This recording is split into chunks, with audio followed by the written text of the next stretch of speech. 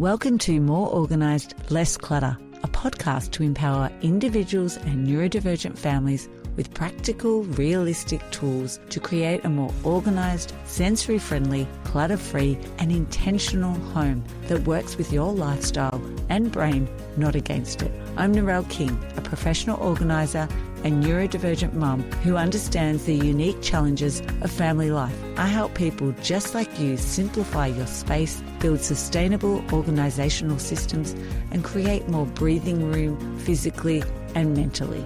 Every fortnight, you'll hear solo episodes and guest conversations filled with practical strategies on decluttering, home organisation, routines for neurodivergent families, mindful living, and how to build a home that feels safe, calm and functional. You'll walk away with actionable takeaways you can implement even if you only have 10 minutes to spare. What would change if everything had a home in your house? What if one-touch rule became your default, not your goal? Every Sunday, I cleared the bench, the kitchen bench, and by Tuesday, it was back again, like a boomerang. I thought I had a surface problem. Turns out I had a system issue. No landing spot for paperwork, no rule for returning items, no home for some items. So once I added a roundabout to collect items on the bench, a magazine holder for paperwork, a 5-minute end of day reset for returning items, and created a drawer for those miscellaneous items like batteries, safety pins, scissors, sticky tape, and whiteboard markers, the boomerang bench stopped. Today on More Organised, Less Clutter, I'm discussing the difference between organising, tidying, and cleaning, and how systems can impact all three. Thanks for joining me for today's solo episode, where I'll be discussing the difference between systems, where things live and how they flow when tidying, and surfaces, what you see and how you clean it. When using both systems and surfaces, it makes both the home easier to look after, especially if you're neurodivergent, ADHD, and struggle with executive processing. A goal most families have is to set up a simple home system so tidying is faster and cleaning is easier. A system is when there is a home for all items. So your storage might be zoned. You might have labeled containers. You might even have a drop zone or an area where you actually keep specific things like, for example, it might be the swimming bag with all the swimming things, or it could be your paperwork when it comes into the home. Routines are things like your entry landing zone. Maybe it's about the routine of your laundry and how that flows. Or it could be about your dishes and the process that you do for that. And then the third part to a system is rules. So a thing like one-touch rule. So you only pick up the item and put it straight away in one spot without actually having to move anything else or touch anything else. So it goes straight to the spot it needs to go to. Putting like with like. So it could be your stationery things and putting all of those together. Maybe it's your tools. Maybe it's all your baking items that you use. And then setting a limit. What is your limit? Have you got a boundary, which could be a container? It could be a basket. It could be a shelf. Whatever that limit's going to be, that could work in with your system. Now, when it comes to surfaces, these are like your countertops, your tables, your floor, sinks, anything that is visible, that is flat, that you can place things on top of.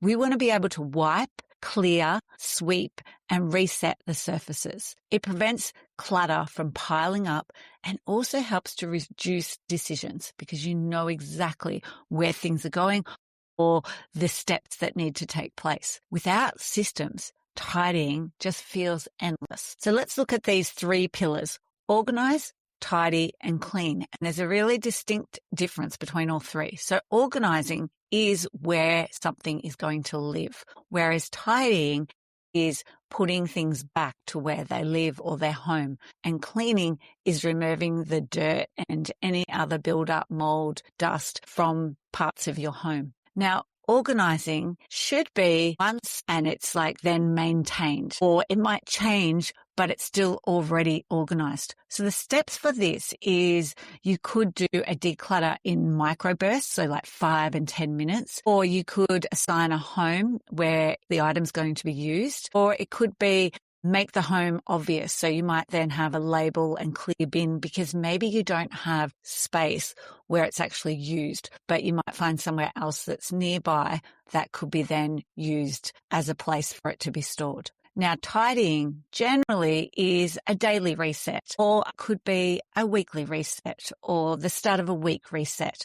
But this is when we put things back in its home, and you could use a song, you could use a timer, and this might help with the reset. And so one of the things to help you with that weekly rhythm or fortnightly rhythm might be keeping all your cleaning products together and ready in a caddy, for example, or it could even be having that cleaning product that you use in that particular room. So you might have intentional doubles because it stops you from actually going. And by the time you go back and get the caddy, you've then got distracted. So I know even for myself, I do have extra cleaning in my bathroom because then I'm more likely to do it. These 5 ADHD neurodivergent friendly systems I find usually stick. Number 1 is reducing steps. So for example, you could have an open bin, so there's no lid, or it could be hooks instead of a hanger, and it might be trays instead of a drawer. These steps, when you've reduced those steps, might then make it easier for the person to actually put it away. Making it visible is number 2, using clear containers, maybe having labels on a shelf, or even it could be a color coding system. I also use a visual for some of my families I've worked with. I will take a photo of the cupboard so that other people who are maybe using it can see where everything needs to go and put it back in the right spot.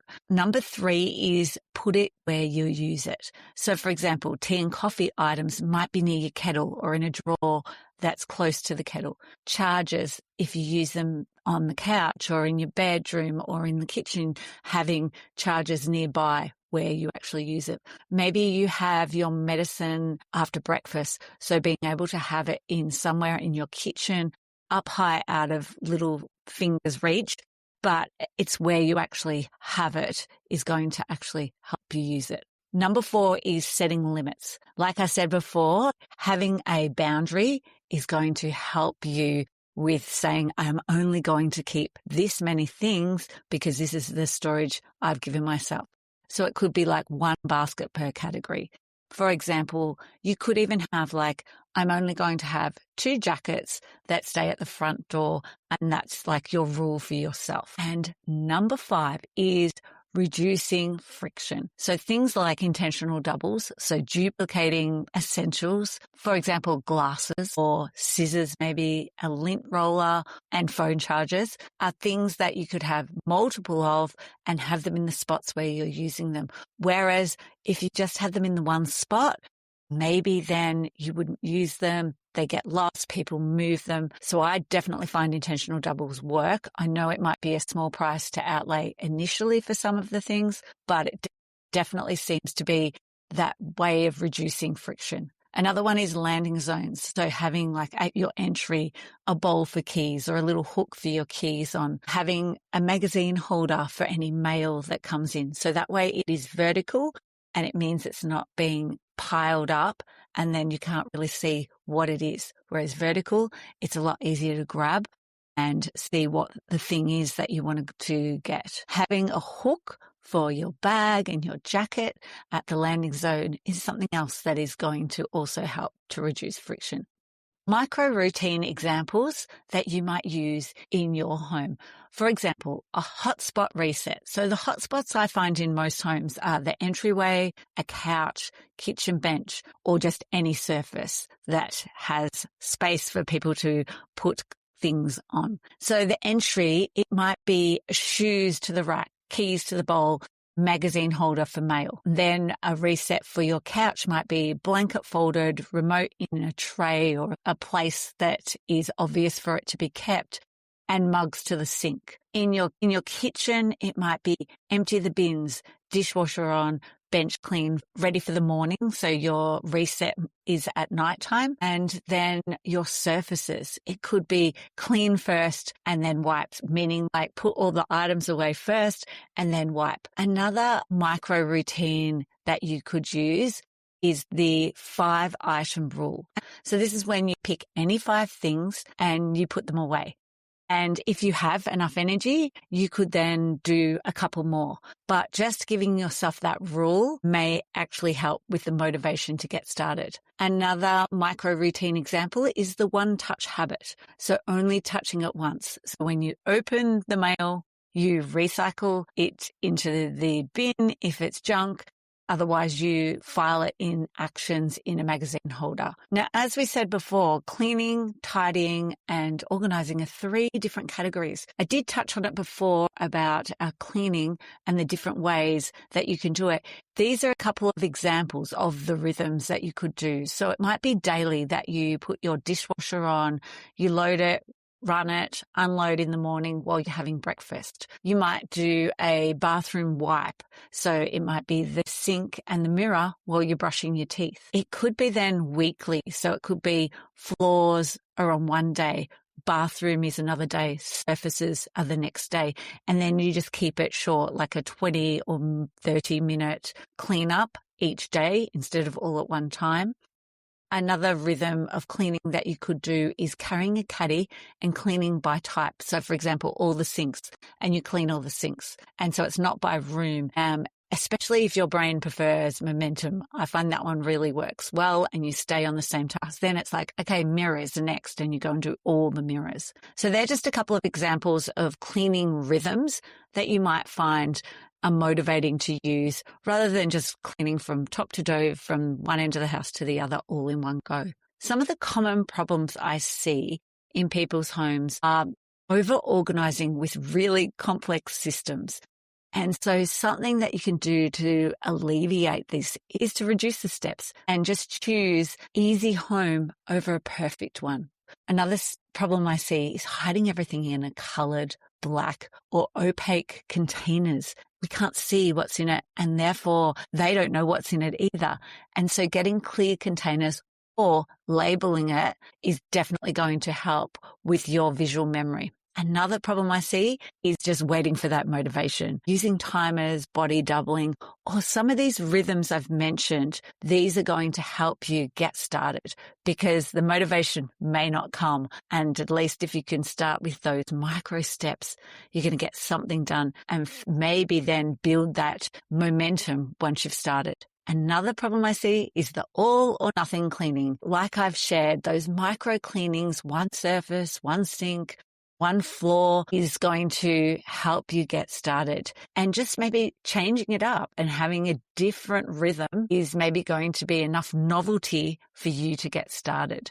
I hope by sharing the difference between organizing where it lives, tidying, putting it back, and cleaning, removing the dirt, helps you then to see where some problems are for you and what's the one system maybe you need to set up for this week in your home. And think about a surface that drains your energy. Is it the kitchen sink? Is it the kitchen bench? Is it the laundry? Is it the kitchen table? And think about how you will set it daily. Thanks for listening to More Organised, Less Clutter. Sick of stepping on blocks at bedtime, hunting for dolls' shoes, puzzle pieces, and spending 20 minutes packing away the same pile of toys every night? Our toy organisation 4-step system will help you cut down on toy clutter, set up zones that spark independent play, and create storage that kids can easily maintain. Let's create a calmer, more organised playroom that makes cleanups quick and easy and under 5 minutes. Head to simplyhappy.com.au and click on the Resources tab to get instant access today. I'd like to acknowledge the Wathaurong people of the Kulin Nation on which this podcast is recorded as the traditional custodians of the land. I pay my respects to their elders, past, present and emerging.